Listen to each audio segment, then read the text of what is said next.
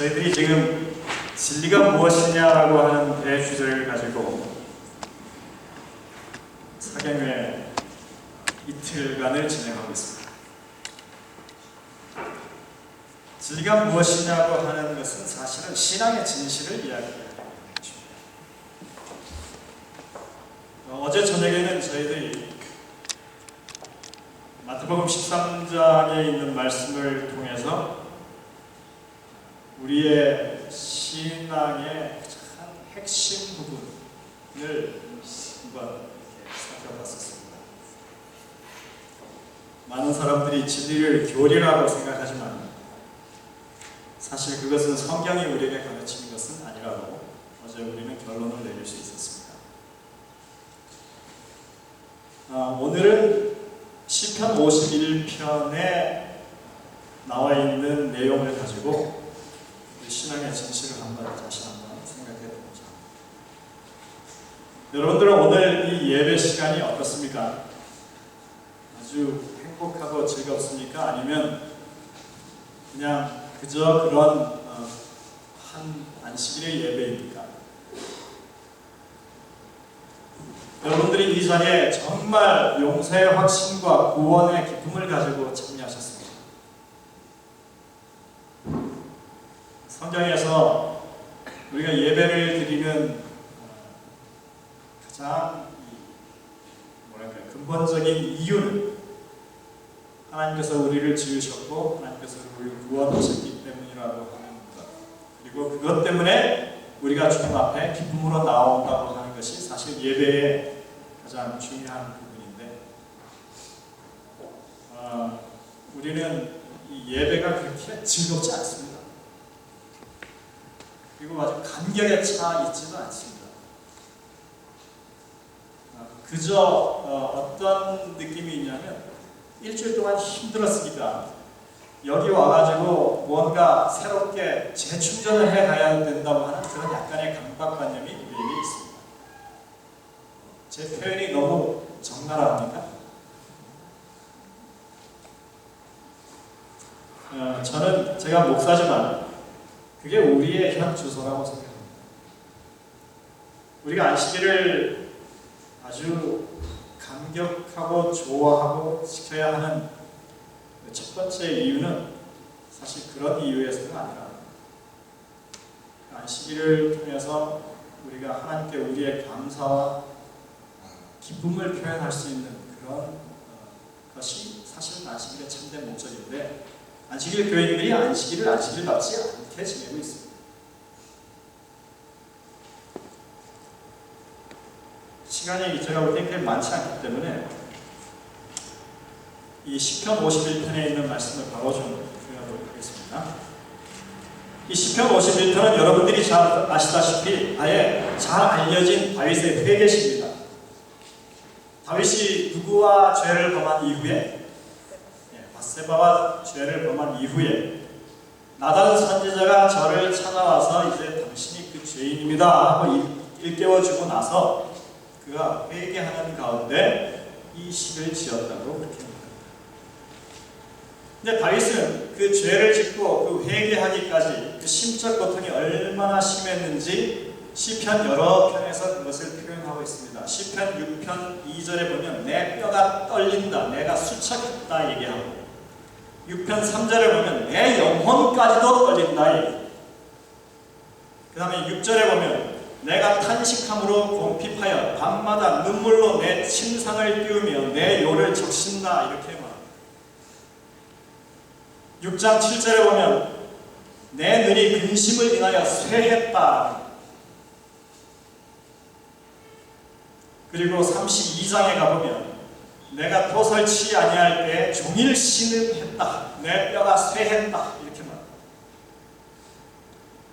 32편 4절에도 주의 손이 주야로 나를 누르시오니 내 진액이 화하여 여름 가물에 마름같이 되었다. 이렇게 말합니다. 그야말로 그가 죽음 직전까지 그 고통 때문에, 죄책감 때문에 그 뼈와 피를 말리는 양심의 가책과 고통을 겪고 있다고 하는 것을 말해주고 있습니다. 사람이 지나치게 근심하고 이렇게 이렇게 정신적인 고통을 당하면 의학적으로 볼 때 뼈에서 쉴 새 없이 칼슘이 빠져나간다고 합니다. 그래서 이 스트레스가 심해질 때, 걱정과 근심의 스트레스가 심해질 때 호르몬 때문에 뼈 속에 칼슘이 녹아 나온다는 것입니다. 그래서 여성분들이 특별히 속으로 근심도 많이 하고 걱정도 많이 하고 이렇게 살다 보면 어느 일정한 나이가 되면 뼈가 아주 공허해집니다. 골다공증이라고 해서 골절도 쉽게 일어납니다. 그래서 이 심령의 근심은 뼈를 마르게 한다는 이것이 정말 사실로 일어나는 일인 것입니다. 다윗은 지금 엄살을 부리는 것이 아니라 정말 그 속에서 있는 그 엄청난 죄의 무게, 그의 이 마음의 갈등, 고통 때문에 그는 지금 살 길을 찾아요. 시편 130편 3절에 여호와여 주께서 죄악을 감찰하실진대 주여 누가 서리이까 이렇게 노래합니다. 그런데 우리 마음 가운데 죄를 깨우치게 하고 깨닫게 하고 그것을 어떻게 해결하고자 간절히 원하는 그 심령이 생기는 것은 하나님께서 하시는 성령 하나님의 사역입니다. 죄를 깨닫는다고 하는 것은 하나님의 사랑이 우리에게 가까이 있다고 하는 것을 사실은 말해주는 것입니다. 하나님이 우리를 사랑하시기 때문에 죄를 깨닫게 하시는 것입니다. 이 긍정적인 죄책감은 이 성령의 사역이 시작됐다고 하는 것을 우리에게 말해줍니다. 그래서 하나님은 우리로 하여금 우리가 얼마나 죄된 존재인지 숙제를 하나 까먹었네요. 우리가 얼마나 죄된 존재인지 그것을 깨닫게 하시는 일을 하십니다. 시편 23편에 하나님께서 선하심과 인자하심으로 나를 쫓는다고 이렇게 하실 때 그저 하나님이 나를 보호하시고 내 마음에 평안을 주시기 위해서만 하시는 것이 아니라 죄를 회피하고 내가 하나님의 어떤 임재 앞에서 내가 얼마나 죄된 존재임을 스스로 부인하려고 계속 도망가는 우리를 끝까지 쫓아오셔서 마치 사냥개가 먹잇감을 찾아서 놓치지 않으려고 쫓아오는 것처럼 하나님 우리를 쫓아오셔서 결국은 우리로 하여금 우리가 죄인이라고 하는 것을 인정하게 하시는 그 일을 하나님이 하신다고 하는 것입니다. 시편 23편은 그래서 그냥 편안하고 쉬는 그런 의미만 있는 것이 아니라 우리가 하나님 앞에서 참 평안을 얻기 위해서 우리가 얼마나 죄된 존재인지를 깨우치시는 하나님의 그런 우리를 구원하시는 사역이 거기 포함되어 있는 말씀입니다. 하나님은 우리의 죄를 기억하게 하십니다. 그것이 눈앞에서 떠나지 않게 하십니다. 그래서 시편 51편 3절에는 이렇게 말합니다. 대저 나는 내 죄가를 아오니 내 죄가 항상 내 앞에 있습니다. 이렇게 말합니다. 도저히 내가 지은 그 죄가 나에게서 떠나지 않고 나를 누르고 있는 것입니다. 그러나 하나님이 그렇게 끈질기게 우리에게 그것을 우리 마음에 드러내시는 이유는 우리를 벌하기 위해서가 아니라 우리를 사유하기 위해서라고 말합니다. 시편 130편 3절부터 4절에 여호와여 주께서 죄악을 감찰하실진대 주여 누가 서리이까 그러나 사유하심이 주께 있음은 이렇게 말합니다. 사유하심이 주께 있음은 주를 경외케 하십니까. 우리가 주님을 정말로 우리의 온 마음으로 기쁨으로 경배할 수 있는 첫 번째 이유는 우리의 그 짓누르던 죄의 모든 그 흔적을 주님께서 다 말끔히 씻으시고 내가 그 안에서 참 자유를 얻었기 때문에 주님을 경배할 수 있다고 말하는 것입니다. 오늘 우리 이 포티 교회의 예배에 참여하신 성도님들이 정말 드리는 예배 시간마다 그러한 하나님께서 우리에게 베푸신 구원과 죄 용서에 관한 그런 이 벅찬 가슴이 항상 이렇게 가면 갈수록 더 차오르는 그런 예배가 되면 참 좋겠습니다. 근데 우리가 이러한 일에 대해서 별로 관심을 두지 않는 이유는 첫째는 내가 죄인이라고 하는 것이 별로 썩 내키지 않는 그런 판단이기 때문에 하나님이 우리를 죄인이라고 할 때 우리가 난 다윗과 같은 죄를 지은 적이 없다고 얘기합니다.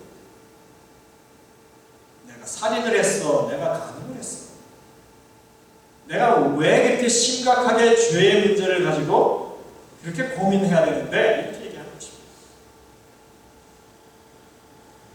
시편 51편은 그런 의미에서 우리에게 우리가 얼마나 심각한 죄인인지를 보여주는 그런 시라고 생각하시면 됩니다. 시편 51편을 읽는 가운데 제일 마음에 걸림이 되는 표현이 하나 있습니다. 그게 뭐냐면 시편 51편 4절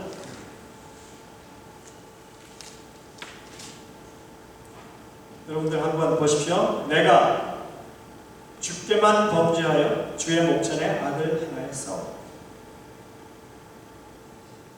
지금 다윗은 무슨 죄를 졌습니까? 간음죄 졌죠. 그 다음에 이 살인, 이게 이제 이 배임죄라고 해요. 뒤에서 조절하는 거. 어쨌든 살인죄를 졌습니다. 궁극적인 책임이 누구에게 있어요? 다윗 자신에게 있어요.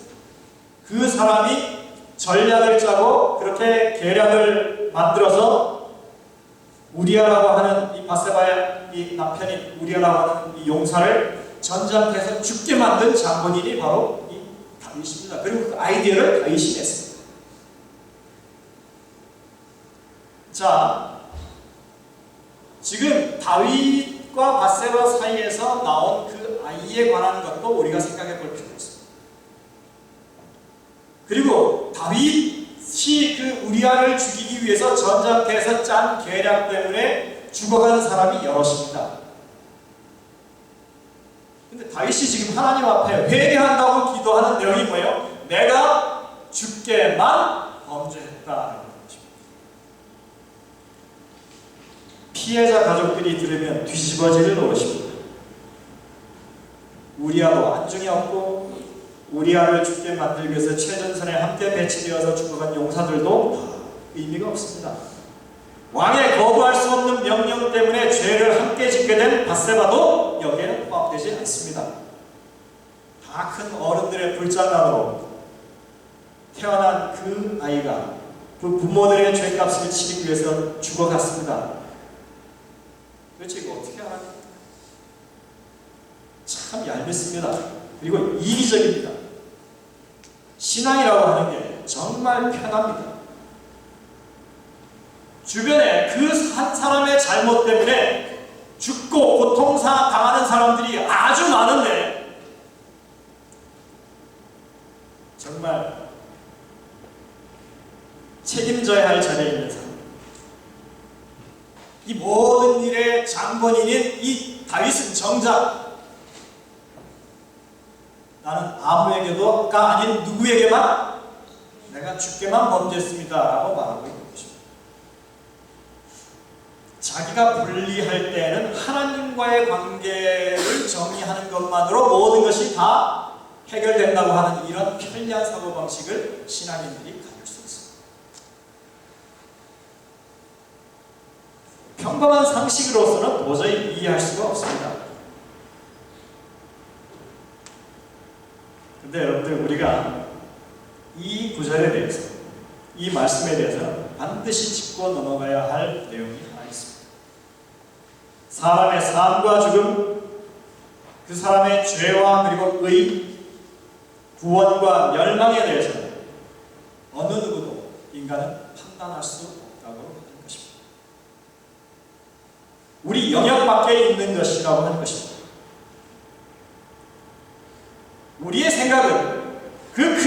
하나님의 생각을 도저히 따라갈 수가 없습니다.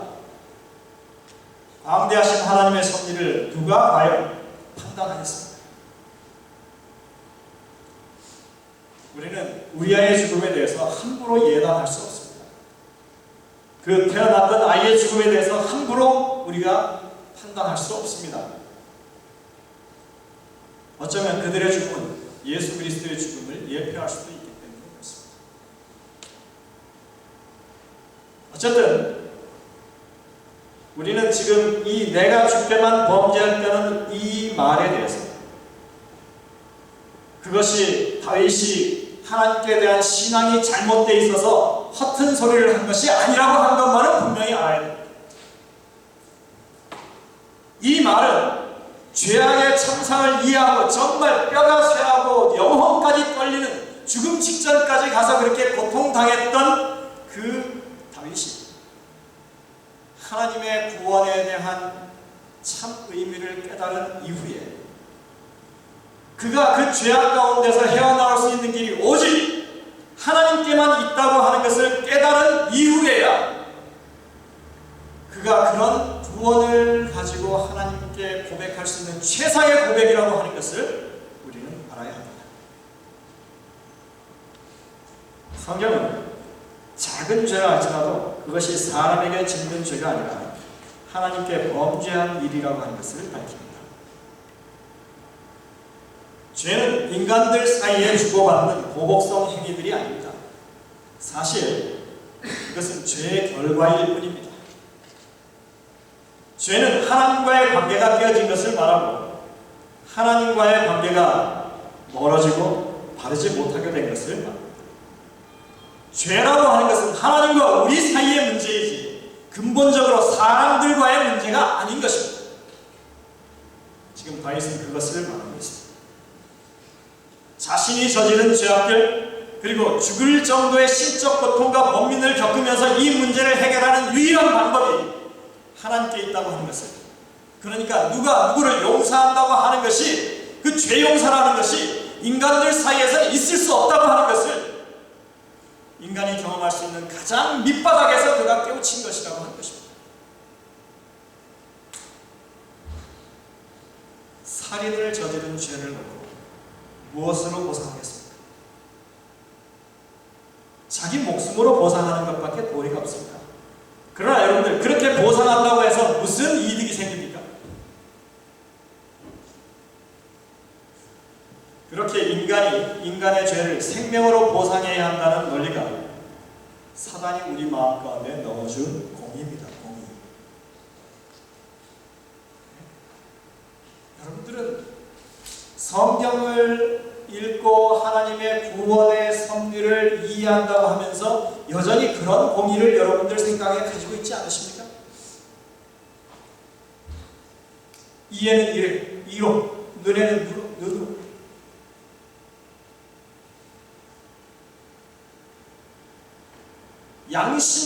양심의 가책도 없는 것들 모조리 다 그냥 싹 쓸어버려야 한다고 하는 것. 그렇게 죄값을 치르도록 만들어야 한다고 하는 생각이 바로 사단이 우리에게 넣어준 자기의입니다. 사단이 우리에게 주는 생각대로 우리가 따라가야 된다면, 그 순환 논리대로 따라가자면 인류는 한 사람도 살아남아서는 안 되고 다 죽어야 합니다.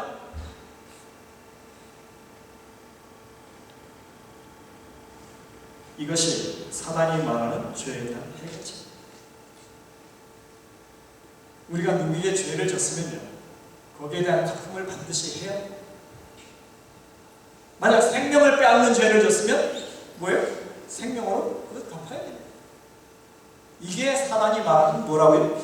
공의라고 말하는 것입니다. 사실 이 땅은 지금 그렇게 그 공의가 지배하고 있는 세상입니다. 근데 하나님은 정말로 기발한 방법으로 구원을 제공하셨습니다. 죄를 지어도 그것을 해결할 수 있는, 죄를 용서받을 수 있는 방편을 마련해 두셨다고 하는 것입니다. 죄인이 죽어야 할 그 죽음을 대신해서 죄를 속하는 죽음을, 다시 말해서 대속하는 어떤 제물을, 양을 잡아드리는 제사를 통해서 그 그 살 길을 마련하셨다고 하는 것입니다.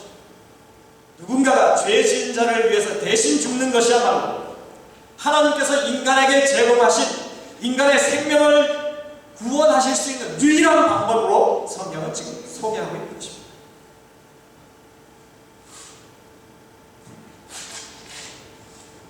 우리는 이러한 하나님의 이 용서에 대한 섭리가 태초부터 있어 왔다고 하는 것을 알면서도 그걸 마음으로 받아들이지 않습니다. 아담과 하와가 범죄하고 나서 그 창세기 3장 마지막 절에 보면 하나님께서 가죽옷을 해입히셨다고 얘기가 나오죠.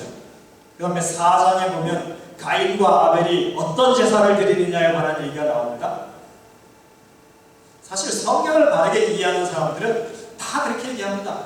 지금 3장 마지막에 아담과 하와에게 가죽옷을 해입히셨다고 하는 것은 하나님이 친히 이 제사의 모본을 그들에게 가르치고 그 제사를 통하여 하나님과 가까워질 수 있다고 하는 것을 지금 설명하시는 장면이라고 말합니다.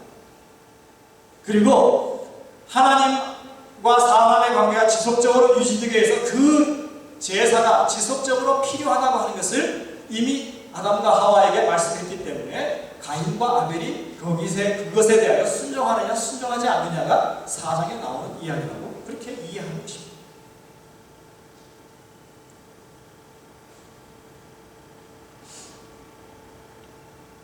이 다윗이 정말 성소를 사랑하는 사람이었습니다. 맞습니까? 하나님의 성소를 얼마나 사랑했는지 내가 악인의 궁정에서 첫날 있는 것보다 뭐가 더 낫다고요? 내 하나님 성전에 문지기로 하루 있는 게 더 낫다고 얘기하는 사람이에요. 그가 그 하나님의 성전을 이제 자기가 있는 예루살렘으로 옮겨오기 위해서 얼마나 애를 쓰고 성전 건축을 하기 위해서 준비를 갖췄는지 모릅니다. 그런데 하나님께서 다윗에게는 허락지 않으셨습니다. 누가 할 거라고요? 네 아들이 할 거라. 그런 이 말씀을 들었을 때 다윗이 얼마나 실망스러웠을까요? 정말 다윗은 하나님의 성전에서 그렇게 백성들의 죄가 사해지고 또 구원받은 백성으로서 우리가 살 수 있다고 하는 그런 믿음을 그가 가지고 있었다고 하는 것을 우리가 알 수 있습니다. 그런데 다윗이 정작 자신이 그런 치명적인 죄악을 짓고 이런 죽음에 이르는 이 양심의 고통을 당하기 전까지 그는 성소에서 어떤 일이 일어나고 있는지 그는 정확히 알지 못했습니다. 지금 이 시편 51편은 성소의 이야기이고 하나님의 구원의 이야기입니다. 다윗이 하나님의 이 구원의 방편이 얼마나 위대한 것인지를 그 마음 가운데 깨우친 다음에야 그가 지금 이 노래를 부르는 것입니다.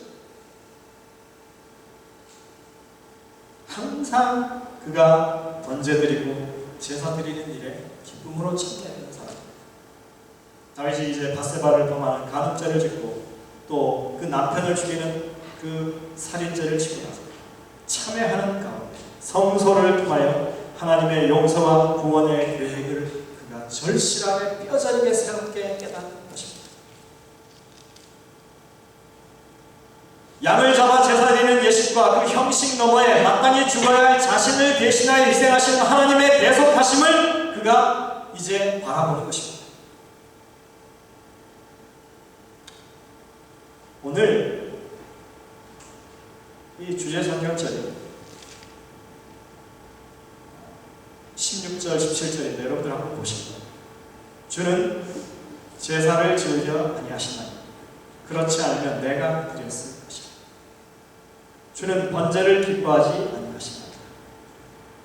아니 이제까지 이 이스라엘 백성들의 구원을 위해서 그 성소에서 행해지는 그 수많은 번제와 제사들, 속죄제들, 속건제들, 화목제들 그가 지켜보면서 얼마나 마음 가운데 흐뭇해했습니다. 지금 그가 이 성소에 들어가서 뭘 바라보는 거예요? 제사 드리는 것 보니까 주님께서 이 원치 않는 거라고 지금 말하는 이 말이 앞뒤가 맞지 않는 얘기입니다. 그리고 말합니다. 하나님의 구하시는 제사는 상한 것입니다. 하나님이여 상하고 통회하는 마음을 주께서 멸시치 아니하시리이다. 지금 이 다윗의 심정 가운데 거기 지금 제단 위에 번제로 속죄제로 이렇게 각을 떠서 벌려놓은 이 제물을 바라보면서 그가 예전에는 전혀 생각지 못했던 새로운 사실을 그가 깨달은 걸 우리가 여기서 알 수 있습니다. 지금 그는 그 번제단 위에 갈갈이 찢어져서 흩어져 있는 어린 양의 모습을 보고 무언가를 느끼게 된 것입니다. 여기 상했다고 하는, 상한 심령이라고 하는 이 상했다라고 하는 것은요, 이 정말로 이렇게 갈갈이 찢어진 그런 것을 말합니다. 다시 말해서 번제단에 어린 양을 놓을 때 뭐 다 조각조각 내죠. 한 살아있던 짐승이 지금 순식간에 도살되어서 이렇게 온 그 시체가 흩어져 있는 것입니다. 그는 그 어린 양의 모습을 통해서 갈갈이 찢어지신 하나님의 심정을 그가 지금 보는 것입니다. 그래서 그가 말하기를 주는 제사를 즐겨 아니하십니다. 그렇지 않으면 내가 드렸을 겁니다. 주께서는 번제 기뻐하지 아니하십니다. 주께서 구하시는 제사는 상한 심령입니다. 하나님이여 상하고 통회하는 마음을 주께서 멸시치 아니하실 것입니다. 이렇게 지금 노래하는 그 바탕에는 그가 지금 그 갈갈이 찢어져 있는 모습을 통해서 하나님의 상하신 모습을 봤기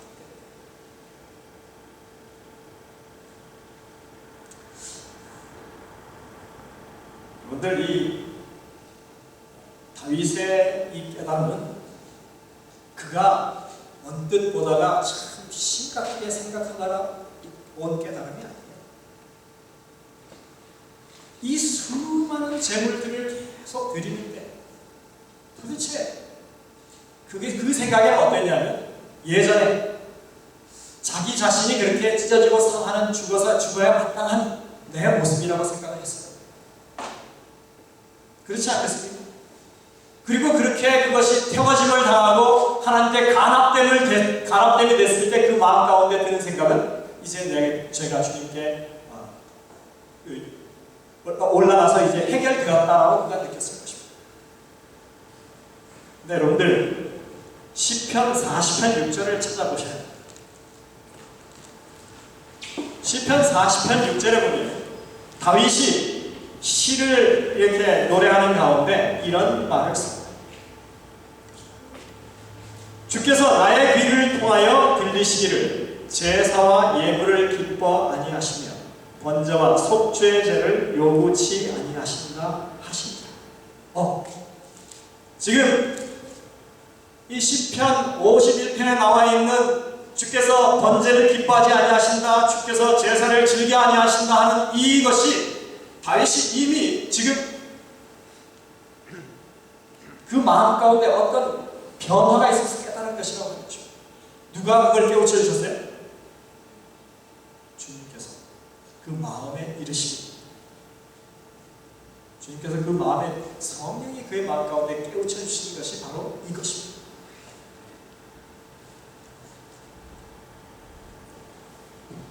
이사야가 비슷한 이야기를 하죠. 그죠? 이사야 1장을 한번 보시겠습니다. 이사야 1장을 보시면 11절 여호와께서 말씀하시되 너희의 무수한 재물이 내게 무엇이 유익하냐? 나는 수양의 번제와 살찐 짐승의 기름에 배불렀고 나는 수송아지나 어린 양이나 수염소의 피를 기뻐하지 않습니다. 여러분들 이 이야기는 또 어디 나옵니까? 예? 미가서에도 나옵니다. 예? 미가서 6장을 한번 보실까요? 미가서 6장 6절부터 7절입니다. 내가 무엇을 가지고 여호와 앞에 나아가며 높으신 하나님께 경배할까? 내가 번제물 1년 된 송아지를 가지고 그 앞에 나아갈까? 여호와께서 천천의 수양이나 만만의 강수 같은 기름을 기뻐하실까? 내 허물을 위하여 내 맏아들을, 내 영혼의 죄를 인하여 내 몸에 열매를 드릴까? 재물이 가답지 않다면 뭐라고요? 내 아들이라도 드릴까? 이렇게 말합니다. 하나님이 원하시는 것은 지금 내가 제공하는 재물이 아니에요. 이제까지 다윗은 수없이 드려지는 제사를 받고 그것을 드리면서도 그는 무슨 생각을 했냐면, 그리고 내가 이런 제사를 드릴 수 있는 것만으로 해도 내가 참 하나님 앞에 축복받은 인간이다, 이런 생각을 했어요. 그래서 수많은 백성들이 제사를 드릴 때마다 그런 시스템을 갖추고 있는 그 왕국, 그리고 하나님을 그렇게 신앙하고 죄를 씻을 수 있는 그런 신앙을 가진 그 나라가 참 마음 뿌듯했을 거예요. 근데 지금 이 순간 하나님께서 이 다윗의 눈에 지금 갈갈이 조각조각 흩어져 있는 그 짐승, 어린 양의 모습을 하나님의 모습으로 바꾸신 것을 그가 경험하고 싶습니다. 이제까지 자기가 가진 걸로 드렸다고 생각했어요. 이제까지 자기가 하나님께 예배한다고 생각을 했습니다. 그런데 지금 정작 그 자리에 서 있어 죄인인 자기를 위해서 하나님께서 대신 희생하시고 갈갈이 그 육신이 찢기신 모습을 그가 본 것입니다. 다윗의 아주 작은 죄 하나, 그야말로 그의 이 심중에 있었던 그 죄 하나를 위해서도 하나님께서 그 가슴이 찢어지도록 고통당하시고 그의 구원을 위해서 염려하셨음을 그가 그 순간 깨달은 것입니다. 누가 누구를 예배합니까? 우리가 하나님께 나올 때 헌물을 가지고 와서 하나님께 드리면서 감사를 표현하는 이런 것이 다윗의 예배였다. 하나님이 우리에게 제공하시는 예배는 당신 자신을 갈갈이 찢어서 그 앞에 내려놓고 그 죄를 대신해서 죽으시는 그런 예배였습니다. 다윗이 지금 그것을 보여줍니다. 그래서 다윗은 아주 작은 죄 하나까지, 예전에는 자기는 그래도 의롭다고 생각을 했어요. 왜? 심각한 죄를 짓지 않았으니까. 그가 이제까지 지었던 죄와는 비교할 수 없는 죄를 짓고 이제 그 자리에 섰는데, 그런 죄를 지어서 드리는 제사나, 내 형제에게 조금 잘못해가지고 시비가 생겨서 다투고 드리는 제사나, 그 제사의 제물은 같은 것이고 같은 의미인 것입니다. 그가 지금 느끼는 것은 이제까지 하나님 앞에 자기가 의롭다고 생각하고 이런 것을 내가 할 수 있는 인간이 되었다고 하는 게 얼마나 하나님께 뿌듯했든지 그 생각 자체가 완전히 엎어져 무너져 내리는 순간인 것입니다.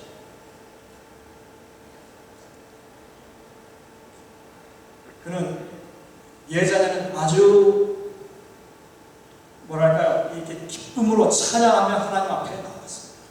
왜? 자기가 여전히 의로우니까요. 근데 이제는 정말 자기가 생각해도 너무나 큰 죄악을 짓고 하나님의 이 용서하시는 그 번제단 앞에 서서 어린 양의 모습을 본다. 과거에 자기가 걸어온 길 가운데 수없이 드렸던 그 모든 죄악의 기록들이 제거되는 그 상황에는 하나님의 찢어진 심령이, 하나님의 찢어진 육신이 거기 있었다고 하는 것을 그가 그때 느낀 것입니다.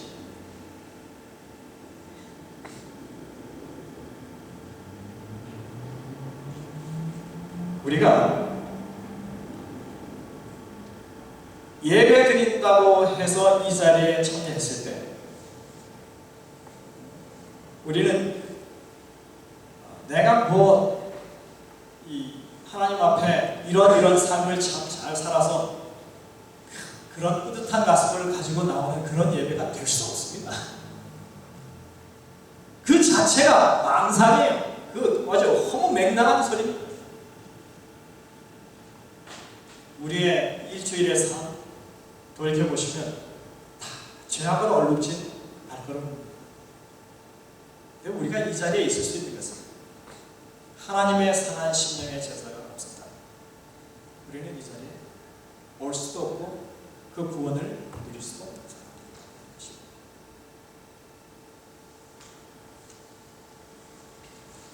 이제 다윗이 깨달은 것입니다.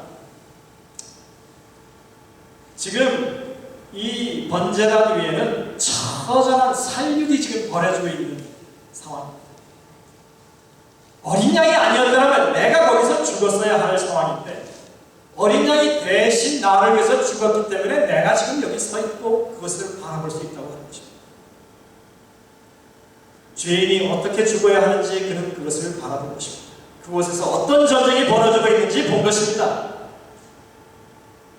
그 전쟁은 대적을 처음으로 찌르고 대적이 철철 피 흘리면서 죽어가는 그런 전쟁이 아니라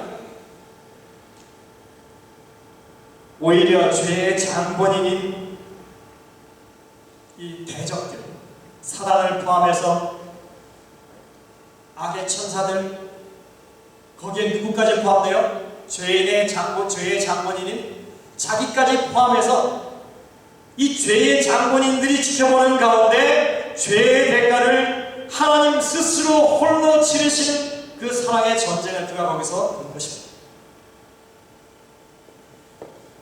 그가 이제까지 평생 대적들과 싸워왔습니다. 사울과 대적했고 블레셋과 그 다음에 이 주변에 있는 많은 나라들과 대적했습니다. 그러나 그런 대적들은 정말로 보잘것없는 거예요. 이슬과 같이 아침 안개와 같이 연기같이 사라져버린 그런 대적들이라고 하는 것을 그가 보는 것입니다. 그는 그 순간 그의 평생에 있어서 자기 자신이 하나님의 대적이 되어서 하나님의 희생을 계속 요구해 왔다고 하는 것을 그 자리에서 깨닫게 된 것입니다. 여러분들, 이런 대속적인 구원을 우리가 깨닫지 못한다면 우리의 예배가 바르게 될 수 없는 것입니다. 그는 자신이 왕이지만 이제까지 백성들에게 칭송받고 왕으로서 간음을 할 수도 있고 남의 아내를 취할 수 있는 건 비일비재한 일이었죠. 약간 도덕성에 흠집이 생기긴 했지만 시간이 지나면 다 무마될 수 있는 성격이죠.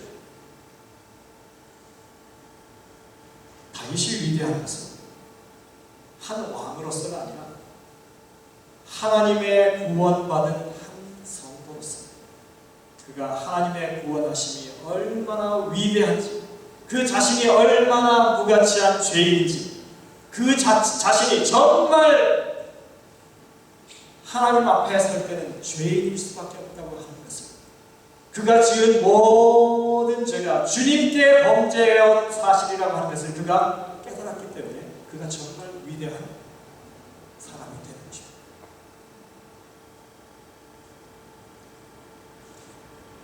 그가 이제 이전과는 다른 눈으로 성소를 보게 되었습니다. 성소의 휘장을 열어젖히고 그 피를 들고 그 안으로 들어갈 때 그곳에 은혜와 평안이 넘치는 것을 그가 느끼게 되었습니다. 세상의 모든 시끄러움과 죄악의 번거로움과 바깥에서 일어나는 살육과 도살 그리고 심판과 처벌, 이 모든 것이 하나님의 대속하심을 힘입어서 그 성전 안에 들어오는 순간 그의 마음은 하늘에서 오는 참다운 평안과 은혜를 가득 채우는 것을 그가 경험하게 되는 것입니다. 악인들의 형통함을 보고 단순히 그가 의문을 터뜨렸던 사람이었습니다. 그가 그저 하나님의 전에 대한 이 열망을 가지고 사모했던 그런 단순한 믿음을 가졌습니다.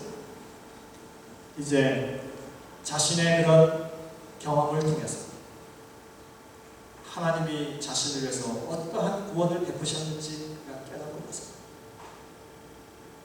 성소를 들어간다. 정말 구원의 노래를 부르지 않을 수가 없었다는 것입니다. 여러분들은 오늘 어떻게 되십니까?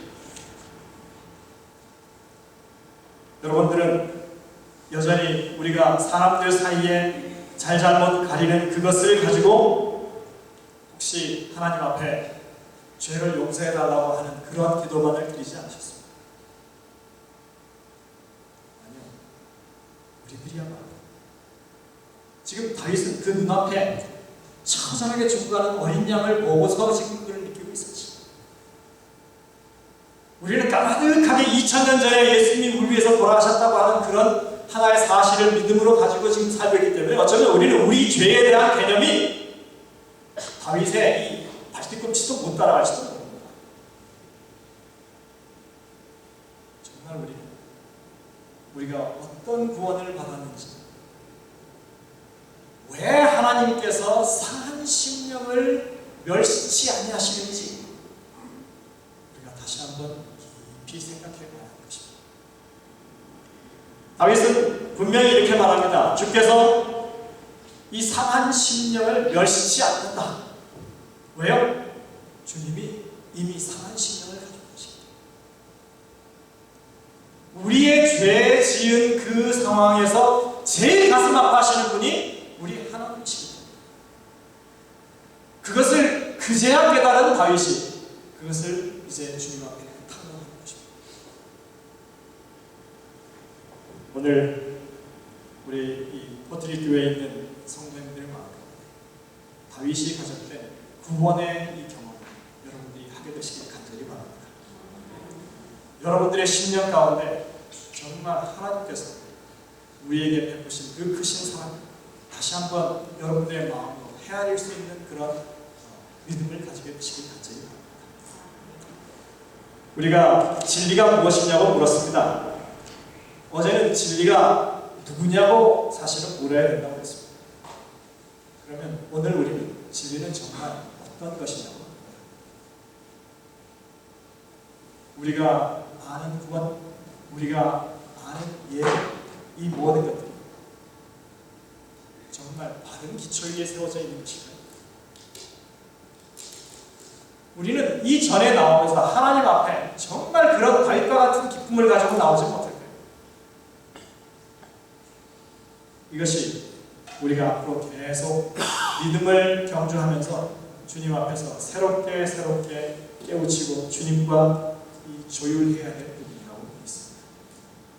여러분들의 삶 가운데 정말 자신에 대한 분명한 모습을 보시게 되시고, 그리고 그 구원에 대한 더 큰 은혜를 여러분들이 누리게 되시길 간절히